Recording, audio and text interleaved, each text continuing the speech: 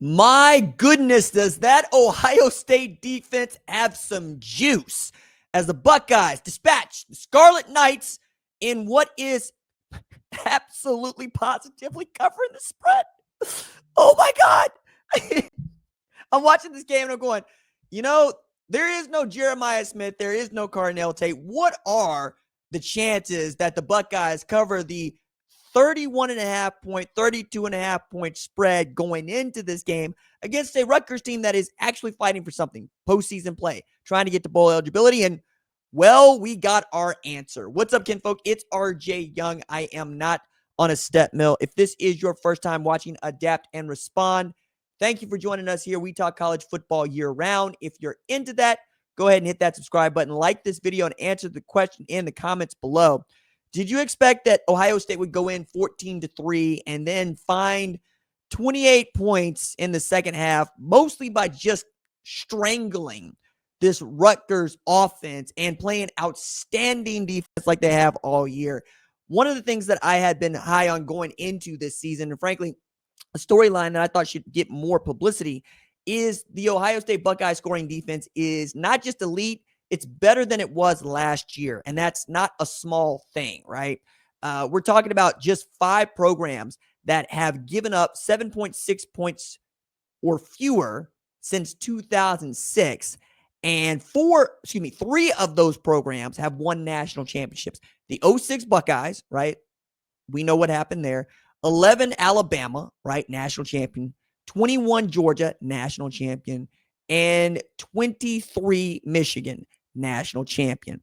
And then you add to that list this Ohio State Buckeye defense, and it looked like they weren't going to give up much, and they hadn't, right? It was 35-3 at one point here, and I'm watching this second string try to bow up against a rushing attack that had been really good for Rutgers, one of their strong suits going into this game. They got the top rusher in the Big Ten heading into this one, and I just thought, okay, maybe they can bow up, maybe they can't, but if nothing else, I wanted to see just how this defense would play, and I thought it would play brilliantly, and it has. They were making some great stops and make great stands. I mean, Jalen McClain has really come on. Devin Sanchez has really come on. Arvell Reese is really arguing for not arguing. He is the second best player on that defense, maybe 1B, depending on how you want to talk about Caleb Downs or not, because both of those guys get moved around a bunch in Matt Patricia's defense. Sonny Styles is a hammer at inside linebacker. Caden Curry is a monster. Caden McDonald's a monster. David Igbinosin has just not really committed that many penalties, and then a man had the interception, decided to play 500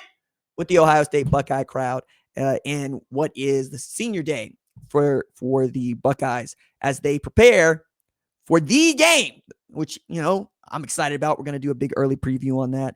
But huge game for Bo Jackson and Max Klare offensively. Bo Jackson, who rushed for 110 yards on 19 rushes with 2 TDs, also had the fumble at the goal line. And this is the part where I thought Rutgers did such a poor job of taking care of themselves. That was the best half of football I think that defense has played all year, right? They had given up an average of 7.5 yards per play going into this. They gave up just 5.1 in the first half. They also had the fumble and recovered it on the 1 yard line as it looked like the Buckeyes going to punch in their first score. Then you're down, right, 7-3. It's a ball game. You're really battling inside your own red zone, and you get a 4th down stop on a Julian Sand incompletion, and yet you got Brandon Weaver, who comes through with the rough in the pass penalty because I think he just wanted to delay the wood. But that ended up giving a fresh set of downs for the Buckeyes, and they know not to look gift horse in the mouth, and they go get 6 more. That was the only touchdown reception for Brandon Ennis in this game. And then coming out in the second half, it was, okay, now we're going to do a little trickeration and probably shouldn't have. Get back to running the football, playing great defense. This is a Buckeye offense that has struggled to run the ball against, we say struggled to run the ball, more on that in just a second, against Power 4 opponents, right? Going over 200 yards just twice against Power 4 opponents, including today against the Scarlet Knights. But this has been a pass-first offense. And with Jeremiah Smith and Carnell Tate on the sideline, we got to see just how deep, or Mylan Graham for that matter, we got to see how deep this wide receiver core is or isn't. Brandon Ennis didn't do a lot here. I thought that we were going to see more from David Adolph, but we didn't. And I thought, you know, Matt Klare was going to have a big game, and he did, right? 7 catches, 105 yards TD.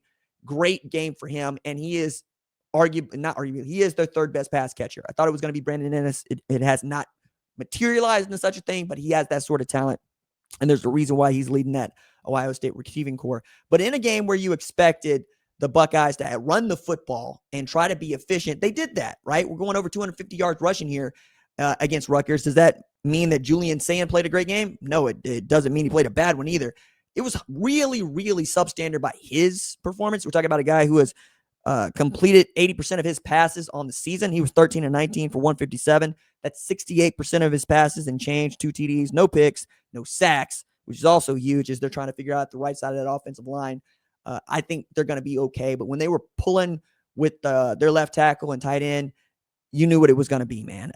They were absolutely devastating when they wanted to be running the football, getting both James Peoples and Bo Jackson consistently into the second level. Matter of fact, we got 3 running backs with touchdowns in this one because James Peoples decided to take garbage time into his own hands and take 149 yards to the house. So great to see him get some run here and to look good doing it. Now it's really how healthy is Jeremiah Smith and how healthy is Carnell Tate. Feels like you don't want to aggravate injuries that they had sustained, hamstrings. I think if you're Mick Marotti, you're probably looking around going, hamstrings? Both of you? And you're going, hey, coach, back him down. Back him down. Because 2 things need to be taken into account here. One, you got Michigan. Team you ain't been beat since 2019. You haven't won a Big Ten championship since 2020, and that's on the list. You got to do that, and you got to do it against Michigan next week, and then hopefully Indiana the following week. And Michigan's going to try to run over your dead body into the college football playoff. They would like nothing more than that. And with a win today against Maryland and a win against the Buckeyes, they're getting in. More than that, it is psychological. It is mind control over Debo that Michigan is fronting when we talk about the Buckeyes. They beat literally everybody else. That team gives them a problem. I mean, they even got one back against Oregon last year because they got the opportunity to do that. Now, for me, I really want to see this offense at full steam, and I would like to see it back to doing what it does well. Against that Michigan team, it's going to be interesting. Are they going to take the top off the defense? Are they going to challenge those corners? And then how much is Wink Martindale willing to risk coming after Julian Sayin, a guy who gets rid of the football really, really well? I don't know that you're going to blitz him a whole lot. I think you're going to try to play zone, and you're going to try to bracket Carnell Tate and Jeremiah Smith whenever possible and force Max Klare to beat you. Force Bo Jackson to carry the load. Force C.J. Donaldson to show he can do this because Bo Jackson and C.J. Donaldson have both showed you they will put the ball on the floor. And maybe you can turn that into points if you can sit on the ball and be Michigan. It's going to be interesting, but great win for the Buckeyes in this one, who look unmatched, man. 42-9 with 108 left to go in the game, and you get Lincoln Keene hold some run in there. I thought it was a heat check. Probably just want to get him to run. But again, efficient, right? They take fewer snaps for the defense, fewer snaps for the offense. Go score when you got the ball. We don't got to run it up. We just got to be healthy enough to make the national championship run. And that's what it looks like they're doing right now.